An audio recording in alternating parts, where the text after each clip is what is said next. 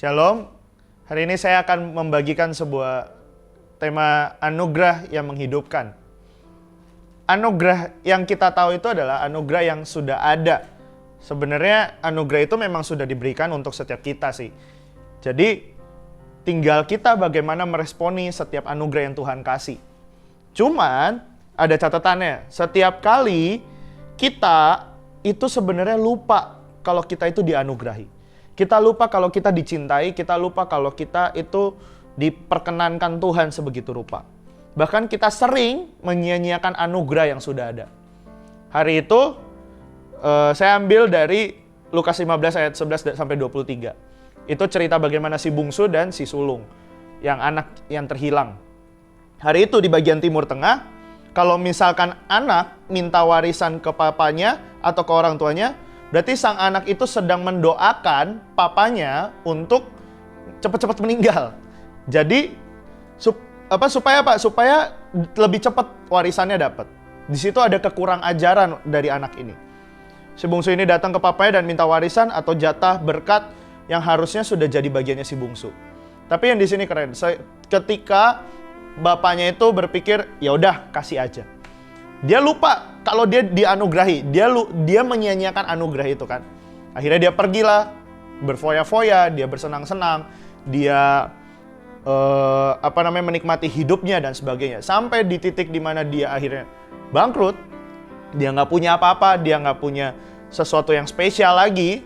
Akhirnya hidupnya nggak lontang-lantung, hidupnya nggak tahu mau ngapain, hidupnya nggak tahu mau kemana arahnya.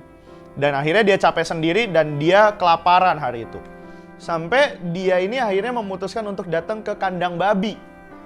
Dia rencana bekerja di kandang babi ini untuk mendapatkan makanan. Tapi hari itu makanannya nggak enak, nggak layak mungkin atau bagaimana ya. Akhirnya dia nggak dapat makanan dan dia nggak mau makan. Dia makan makanan babi yang sama dengan para babi-babi. Dan akhirnya di tengah dia merenung, di tengah dia kerja, di tengah dia mungkin istirahat, dia nginget bahwa di rumah papaku kan lebih enak. Di rumah bapakku itu udah dilimpahi dengan begitu banyak anugerah, dengan begitu banyak berkat. Sampai akhirnya dia berpikir, ya udah saya pulang. Nah, di sini di sini kerennya.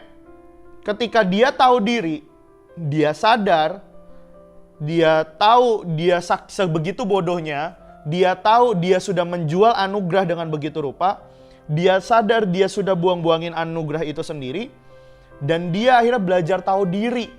Dia akhirnya belajar ngerti bahwa, oh saya ini sebodoh itu ya. Saya ini sekacau itu karena saya sudah menjual, saya sudah membuang-buang anugerah itu sendiri. Dan akhirnya dia memberanikan diri untuk balik ke bapaknya.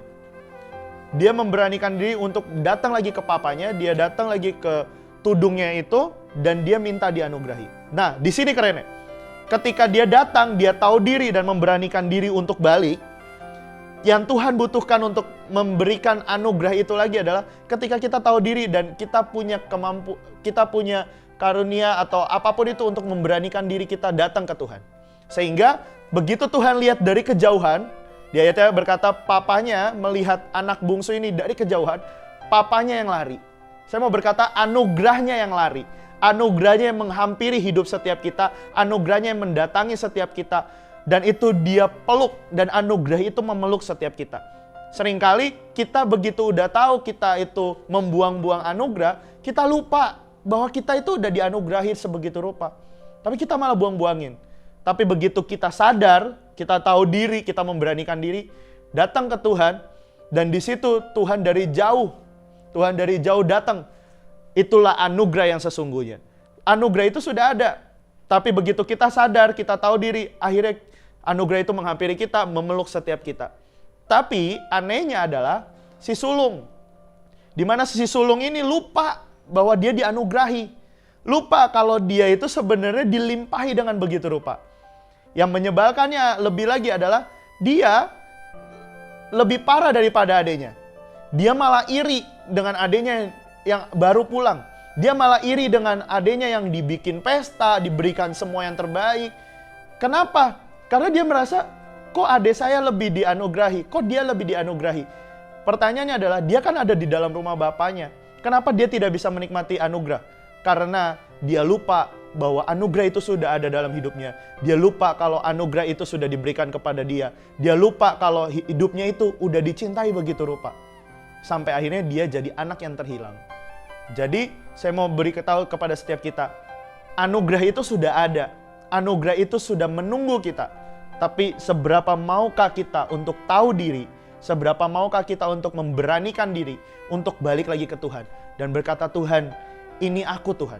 Dan akhirnya anugerah itu melihat kita dari jauh.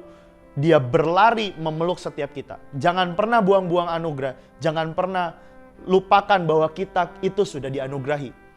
Terima kasih, Tuhan Yesus memberkati.